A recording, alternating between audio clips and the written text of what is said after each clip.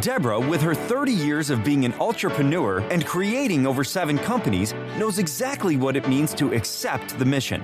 When you make that decision, when you accept the mission to become a solopreneur, to take yourself and your talents to market, then you embrace a life of not only unlimited possibilities, but also the unknown. It's an elixir of fear and bravery that only someone who's taken the leap really understands. On our show, Deb digs deep with her guests to highlight what you, the listener, wants to know. The stories, the whys, and the hows to navigate the journey to success. Get ready to hear from some of the most incredible mission takers from Generation Z to Boomers. So sit up, perk up, and get ready to be blown away. Now here is your host, Deborah Drummond. Hello, hello, hello. Welcome back to Mission Accepted. What a great day it's going to be. You know why? Because you guys are the best audience ever. Ooh, I don't know. Have I called you the best audience ever before? I think so. I think you're going to get a new name today. You guys are the most courageous. You guys are the most courageous audience that we ever have. Anyways, you know that I am so appreciative of everything you do, sending in your questions, giving comments, feedback, sharing. That's what we're here to do. And we have a wonderful guest. And if you are watching the video, you know her favorite color. You know her favorite color. And here's a question if you don't. It's the exact same color that was my favorite color for a long time. I had a massage table, the first massage table to my holistic health studio that I did 30,000 clients on, and it was purple. So if you're like, oh, I see this amazing woman and her color, she's got these 2 bold colors going on with this gorgeous, gorgeous turquoise background. And yes, she is dressed in purple. So happy to have Trish Springsteen with us from what some people would say is down under. This woman is all about courage. We're going to talk about that because why? This is the Mission Accepted, podcast show. Like people that come on here, they've taken a leap and we get to laugh and learn with them on why they stay on the mission. So Trish, thank you so much for joining us today. Absolutely delighted, Deb. Absolutely delighted. Now, look, you're known as many things. You are a multiple author. I was talking about the power of doing multiple books yesterday on the Stand Up, Speak Up, Show Up event that you will be participating in, as well as being in our book. Let's talk a little bit about that when I'm asking some questions. But you're a multiple author. You are an incredible motivational speaker. You help people with all sorts of things in relationship to their business that you yourself have done around branding and standing out and expressing and finding voice and all that great stuff. And I know that we get to have you for a little bit here. We're going to do more than one show. So you guys be ready. So we're going to do a 3-part series because everything that Trish has to say is really valuable and we just can't get it into one show. But for someone who has done all of that, where did you start? And why did you decide to start? Like, where did the mission come from? And how long have you been playing this entrepreneurial I'm a rock star game? Oh, way back in the Jurassic period is what I'll say. Way back in the Jurassic period. When I left high school, I was a very, very shy, introverted person. And if you had spoken to any of my small group of friends, because introvert, small group of friends, that's all I was happy with, that I would one day be here speaking with you, speaking around the world, helping people, writing books. They would have fallen around the floor laughing, lady. They would have fallen around the floor laughing because that was not me. I had no concept of even owning my own business. I actually started out wanting to be a librarian. I wanted to be a librarian because I love reading. At that stage back then, if you'd seen me, I had a book in my hand and I was in the corner. And wherever I was, I'd find a place to sit and read, or I'd people watch. That was just me. So I thought a librarian would be a great career for someone coming out of high school, until I found out that librarians didn't actually sit around reading. They had to actually talk to people that came in and catalogue and do all the things that I'm just no good at. So I thought, okay, forget the librarian. So then I thought I'd be a medical records administrator because I could sit in the bottom of the hospital and code, and be nice. Nope. Forget about that one as well, because I went away and studied for 2 years, came back to my home and there was no jobs. So where did I go?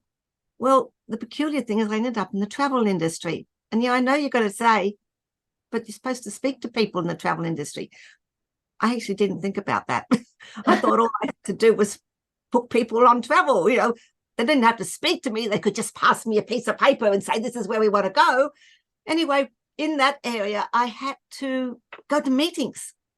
Now, my concept of a network meeting was to walk in the door, find the tallest pot plant, look at the clock, find the exit sign, and I'd hide behind the pot plant for 10 minutes. And then I'd walk out. And my bosses would say, did you go to the network meeting? Yes, I did. Yes, I did. Did you meet anybody? Was I supposed to meet people at the network meeting? You just told me to go. You didn't tell me I had to meet people. So that was sort of my life. And I fell into different jobs. I did very well on my jobs, but it was jobs where I could just sit behind and, you know, get other people to delegate. So being who I was now, an entrepreneur, and that came at a aha moment. And one of those aha moments, I grew up in Canberra, which is our capital city in Australia. And it was getting very cold in Canberra. I had my family. I met my husband in Melbourne. That's a whole story about revolving doors.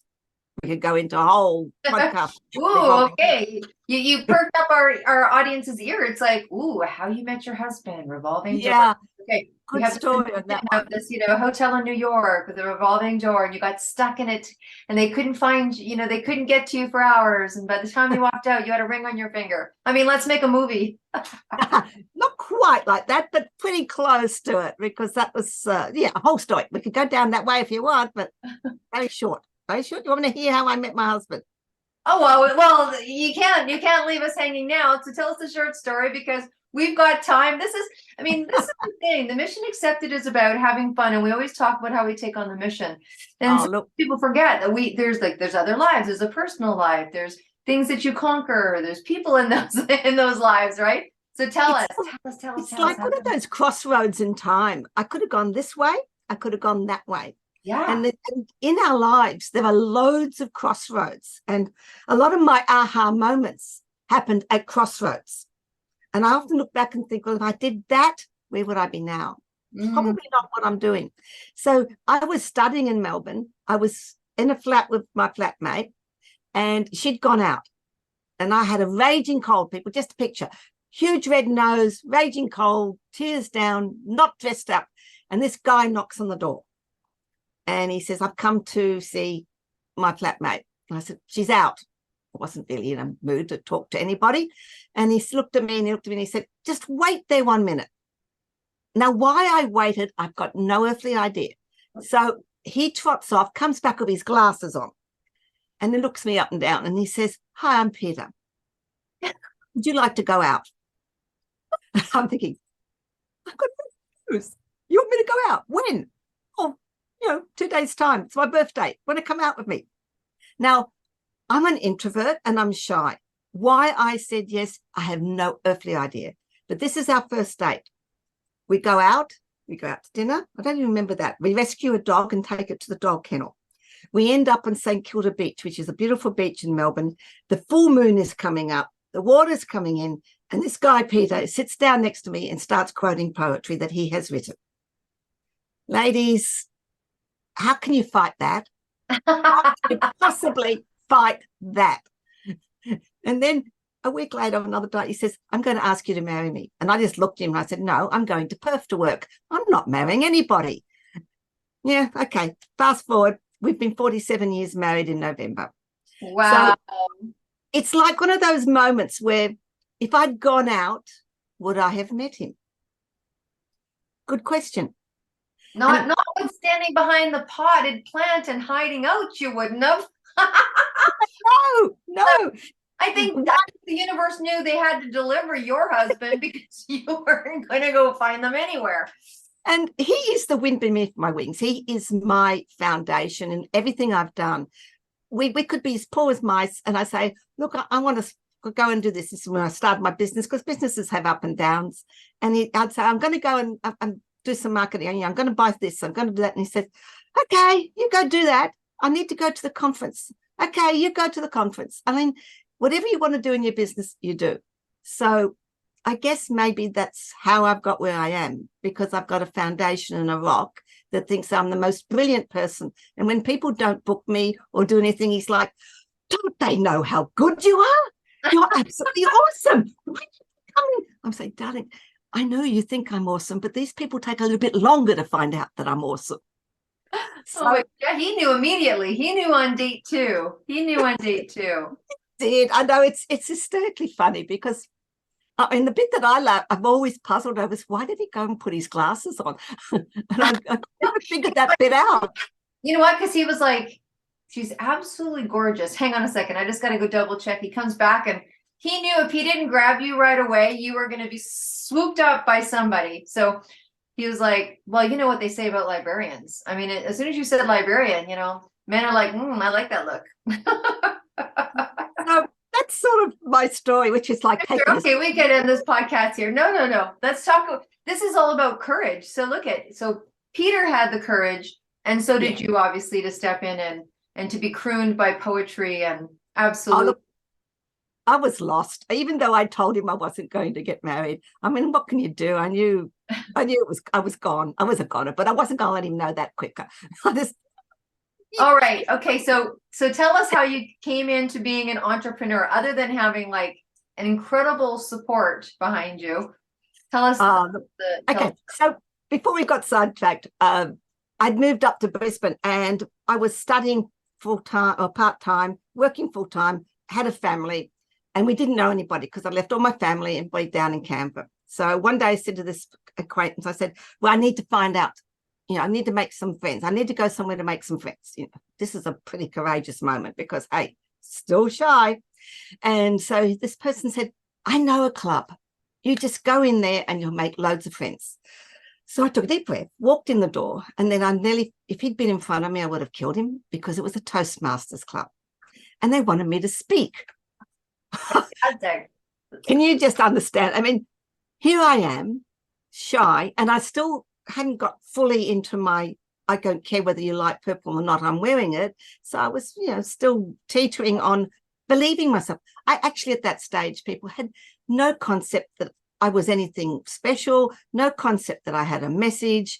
I could not speak. I didn't believe there was anything that was special, message, or anything that I could do.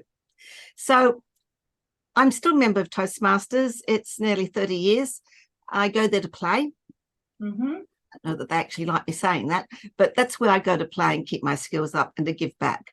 Because what they did was find me a group of people, and that's why I am very passionate about like-minded people that support you, that will push you out of the nest.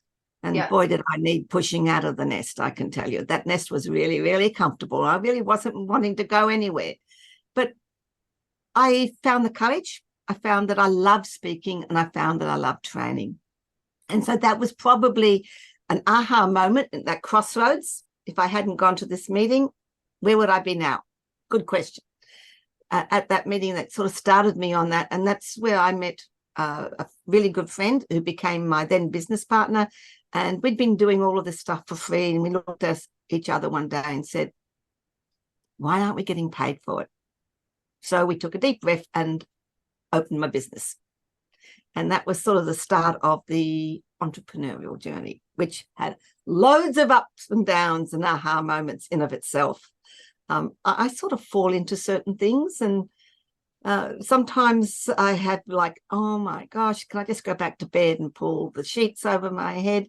Find me a corner. Where's my book? I don't want to be here. But you do. You have to.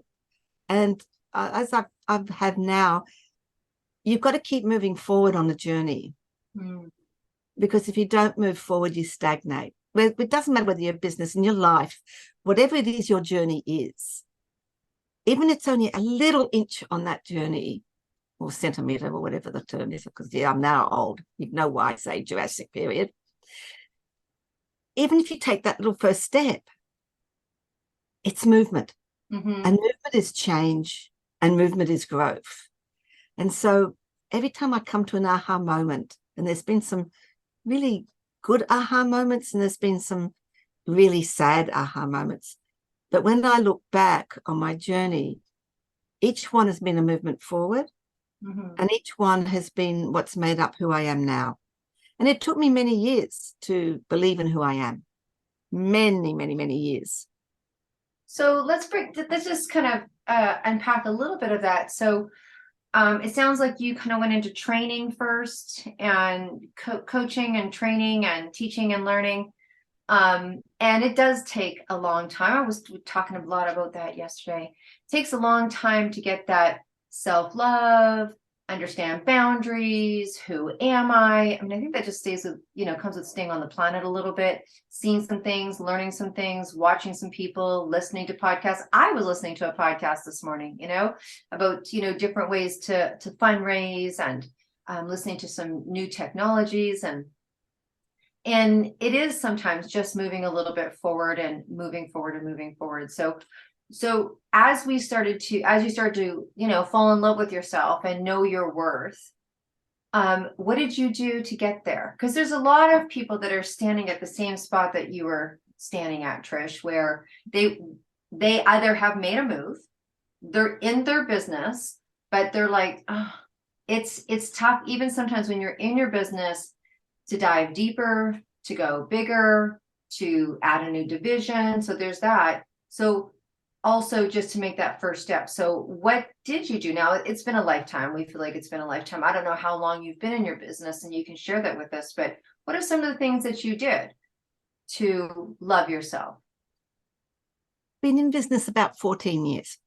Right. So, and they've had ups and downs in all of that time. Yeah. When we first started the business, we were doing a lot of corporate training, and I still do corporate training and that. But I guess one of the big aha moments for myself, and it's why I do what I do a lot, and this is a trigger warning for people, so just to give you a trigger warning. In 2007, we lost our son, Craig, to suicide. And it's not something I wish on anybody, but it was a big crossroad moment. Mm-hmm. I had to do the eulogy for his funeral, and you do not get a second chance for that, Deb. And I wanted to honor his life. And I did that. I stood up, I honored his life. And many times after, people said to me, how did you manage to do that? And I processed it months later and realized it was speaking. It was because I had speaking skills. I had the confidence to be able to speak. And I had the techniques and strategies to be able to harness the emotion and still share it, but not let it overwhelm me. And I know people say, what a weird thing to connect, but it wasn't, because that for me formed a basis of what I'm so passionate about, which is people having that courage and self-belief to speak about whatever they want to speak about. And I'm not just talking business, I'm talking everything in your life, whether you want to go up to the school and say to the teachers, I don't like what's happening with my child, or I want to do something better for my child. It is an absolute truism for me and belief that if you've got speaking and communication skills, it will help you get your point across. Mm-hmm. It's no good having all the passion, the belief in the world, unless you can share that.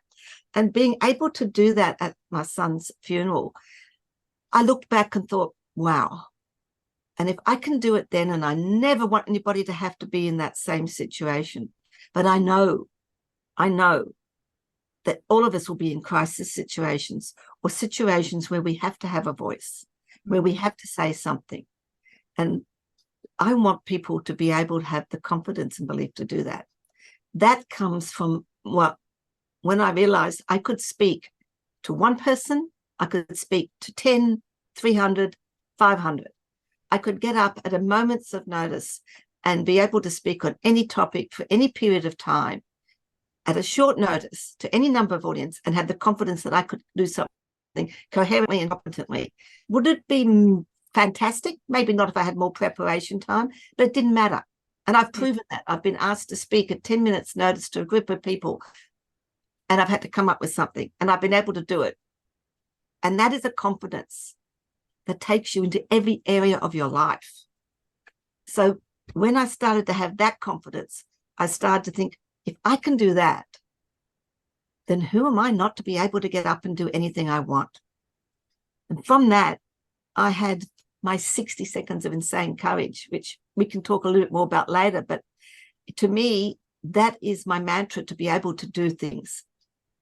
And from that, plus winning my first award, and then getting my first testimonial. Let's talk about the award. So you went through your personal growth journey. You had skills prior that you had been practicing on, right? So everybody just practice. So you had the skill, you had a situation, you honed it, you honed your craft, I call it. And then this shy, I can't be a librarian because you have to talk to people, got an award. Talk about that, because we say it often, and sometimes people like, oh yeah, I've got an award, or I did a marathon, or I did it. But talk about that, like getting an award. Okay. There's two major awards that have impacted my life journey. At this stage, I wasn't quite so shy. I realized that I had that confidence. When you've got a confidence, you're not so shy. I'm still an introvert, and I'm still an introvert today. The opportunity came up award came across my Facebook page, my email, and I looked at this award, and I had someone, little voice in my head that I'd been in part of my group. Most I like like-minded groups, and I've always found groups of people who support you, push you, tell you the truth. You've got to be honest. You've got to trust that relationship. And I said to them, oh, look, there's this an award, and I've been nominated for it. What do I do with it? I thought I'd just say thank you very much and move on in my life. And I got this horror-stricken voices saying, no, you need to go further with it. So I did. I nominated for the award. And this one there was two at the same time. So this one wasn't a worldwide award. It was a global award. And I thought, what? I'm from a little small town in Queensland, Australia, which is miles away from everywhere else, because we're down the bottom there and it takes a long time to get anywhere. So I thought, how the blazes could someone like me even think to be measured against a worldwide group of people? And I'm a real great person that plans ahead, not. So at about the midnight, it was the deadline, and I think it was like 2 hours to the deadline, and I'd been humming and hawing for the last 3 weeks. People do not do that when you're going in an award. This is not how you do it. This is just how Trish does it. This is the Trish way. So I thought, if I don't do this, my group are going to yell at me. So I thought, okay, 2 hours to go. Boom, type, find this, find that, do this, find pictures, find testimonials, find all the things, that the stupid questions they were asking me. And I think, why didn't I plan this a little bit more? So I hit the button at 1 minute to midnight and sent the award off. Nomination, filled out the form, took a deep breath and thought, oh, thank goodness that's over and I can move on with my life. And about 2 weeks later, this email comes across and it says, you're a finalist in the Worldwide Awards for Mentor of the Year, and you're a finalist in the Woman Entrepreneur of the Year. And the award dinner is going to be in San Francisco, America. And I'm like, oh, does that mean I have to go? What am I supposed to do now? It's all your fault, people. You told me to do this. I'm not owning any blame on this at all, people. So I went to San Francisco. I took a jump. And it wasn't easy because we have not a lot of huge money around. It's a long journey. Mm-hmm. And okay, I said, I'm going to San Francisco for this thing. I thought, even if I don't win, I need to be seen there. I need photos. I need media. I need to leverage this. I'm finally catching up with what you're supposed to do with awards. Mm-hmm. So I went and I won the Worldwide Mentor of the Year. And I got the bronze for Woman Entrepreneur of the Year. Wow. Wow. And I tell you what, applause and people elated listening to that story. Because it's got that, Shiro piece to it, right? It's got that, I didn't know, I'm from a small town, which, everybody could say the same thing that probably applied for the award, and then all that, just all the courage. And then what confirmation, because it's also faith, right? You didn't have a lot of money. It wasn't like going to San Francisco was going down the street, and all those things that people go through when they're putting themselves on the line like that. An award is you saying, I deserve it. That can be tough for people. It is. I mean, and can you imagine me? I'm an introvert and I wasn't so shy, but I'm walking into a room of people I had never met in my whole life, in a different country, and having no concept on how award ceremonies go. It was my very first award ceremony. And luckily I'd taken some bit of research. So I knew I wanted photos, I wanted interviews, I wanted all this so I could leverage. So I brought the thing back. And when I get to the point sometimes where I think, why am I here? And I doubt myself, I turn around and I pick up my award and I look at it, because that's third-party credibility. Someone out there who didn't know me, didn't know about business, in a world of applications and nominations, picked mine out because they thought I was doing something right. So the awards was a very good, solid brick in that foundation that says, I need to believe in myself. Now, the second award that really cemented that belief was I was nominated for an Inspirational Woman Award. And I just laughed when I got that nomination. I'm ashamed to say, because I didn't think I was inspirational. Deb, inspirational woman who are people who climb mountains, who do all this beautiful charity work for homeless people and for domestic violence. And these are inspirational women. All I do is teach people how to speak and help mentoring them. And that's it.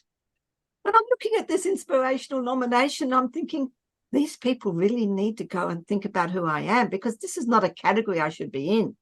And I hadn't learnt my lesson because I still wasn't going to do it. And I think it was about, at this time it was a day before, so I was a bit quicker. And I said to myself, Trish, after I belted myself on the head, you tell and teach and mentor people to step outside their comfort zone and to grab opportunities and to step up. Who are you not to walk your talk? Who are you not to do that? So I entered. I sent the fill out, and it was this time it was a judging one. I had to fill up a panel of judges. And I'm walking into that room thinking, this is just going to be so laughable, because they're going to ask me questions about being inspirational. And all I'm going to be able to tell them is, I help people speak. You know, I help people have the confidence. Where's the freaking inspiration in that, people? So I said that, and I wasn't even going to go to the awards night. I really wasn't, because I'm sitting there with these thoughts in my head. You're not inspirational. That's all I could think of. Why are you taking up space by going to an awards night? And I had a couple of friends who dragged me along. I said, no, you need. I said, well, I'll just wear some clothes. They said, no, you need a nice dress. No, I don't. I'm just going to go and sit at the table. People, was probably one of the few times in my life since I really got confident speaking that I didn't have any words to say when I won that award. And I'm standing there gobsmacked, really, absolutely shocked look on my face, thinking, how the hell did this happen? And what I realized from that is that we do not see ourselves as other people see us. And who am I to be so arrogant to deny someone's perception and words of me? I came that close to being arrogant and dismissing someone who had the truth, the gratitude for what I've been doing, to say that you're inspirational, Trish. And so from that, I have learned to accept with gratitude when people say, you've helped me. I've learned to accept with gratitude when people say, wow, you're doing brilliant things. Because who am I to tell them how to think? And I've had to learn that. And that was a major lesson for me. And by those lessons, it came to the thought, well, I have to believe in what I do. I really have to, because these are things that have said and helped me to come to that point in my journey. Wow. Well, I kind of almost want to go mic drop, because I know that we are going to be delving deeper into this conversation with you. But I think encapsulating that, there's a whole lot there. We talked about how our audience was going to be, are courageous and going to be more courageous. And clearly you talked, that's all about courage. That's all about, I think it's very courageous to, I mean, that whole, 2 hours to go, that 1 hour before, that one day before. I don't think that's unusual. I think that happens a lot more than what people say, because it takes a while to believe that it's happening to you. I mean, look at even some of the awards that you see, like the Grammys or the Emmys or what have you. There is legitimately, celebrities that we, have had $40 billion box office. When they win, they're like, they're shocked. They're like, what? Like, it didn't even think it would happen to them. And these are people that, live in that limelight per se, maybe a little more than we do. So I think that is really self-confirming and self-affirming, like awards, and keeping them there and keeping them on your desk, or, I think we've all had that time where we've kind of put them somewhere where no one can see, and people are like, what are you doing? Making them accessible to yourself as well. So, kind of in wrapping up our session today about courage, is there anything that you want to say? And I know that a lot of people watch our show visually, and they can see that you've got your website there, and it's going to be all in the show notes. But is there anything else that you'd like to share about courage? And then I'm going to ask you a question that's completely not about courage, and let's see where that goes. Look, courage is, there's all sorts of people to give you definitions about courage, about, feel the fear and do it anyway. And to me, courage is just stepping forward. Courage is just thinking, well, what if I don't do it? What's the worst that can happen? And I've started asking myself that question, and I think about what the worst is, and I think, but what is the best? And that means if I take that step forward and just take a deep breath and think about what I'm doing, amazing things can come. Amazing things. And if amazing things don't come, that's okay, because you've laid the path where you'll be just that little bit easier stepping forward next time. So courage for me is just taking a deep breath, smiling, and just saying, okay, I'm going to do this and stuff everybody. Awesome. Thank you so much. I feel inspired and motivated. Okay, there you go. So for any of you out there that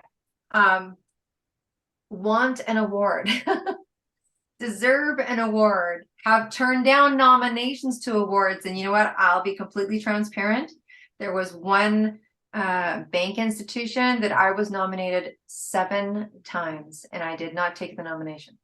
Now, I took different nominations, but I didn't take that one. And so I will be fully transparent and say that I know exactly what that feels like. So thank you for sharing that. And look, I'm going to ask you a question. It's not the music question that you think that you're going to answer. So don't answer that question. But we love music around here, Trish. It's called Mission Accepted, and it might as well be, music mission accepted. But we just love music and how it moves people, right? It helps people take the mission. It helps you be determined. It helps you sleep at night. It's soul soothing, right? And it can give you like, dun, dun, dun, dun, put on the, the Rocky theme. But if you were on your way to a desert island, and that's funny because, you live down under. But if you were on your way to a desert island and you had one piece to take with you, and you could only take one album, what would you take? What would you pack today? What album would you take with you today? Enya. All right. Look at that. Nice quick answer. I absolutely adore everything by Enya. She's a ballad singer. I want music that I can understand words to. So and her songs bring peace. In fact, one of her songs, which is May It Be, is what I played at my son's funeral, and it takes you to the west, and it's from Lord of the Rings that she did. All of her songs are beautiful and lyrical, and if I was on a desert island, I'm going to need a lot of lyrical peace. Thank you, because I'd be extremely stressed. Okay, you're gonna be hanging out with Enya. Thank you so much for being part of Mission Accepted today. And you guys know that I think that you're an amazing audience, and thank you so much for always tuning in. We adore you. And if you are doing something that you feel that you'd like to share on the Mission Accepted podcast, then we want to hear from you. We'd love to see you where Trish is sitting, and look at Trish as part of this big, crazy project that we've got going on, the 262 project of Stand Up, Speak Up, and Show Up. Yes, you. And now you know that you need to have courage. Yes, you. If you'd like to speak, if you'd like to share the pages of the book with myself and Trish, we'd love to hear from you. We'd love to see you part of the project. And if you'd like just to come get filled up with all these incredible speakers that are sharing, then you know on the 8th day of the month to cross it out on your book.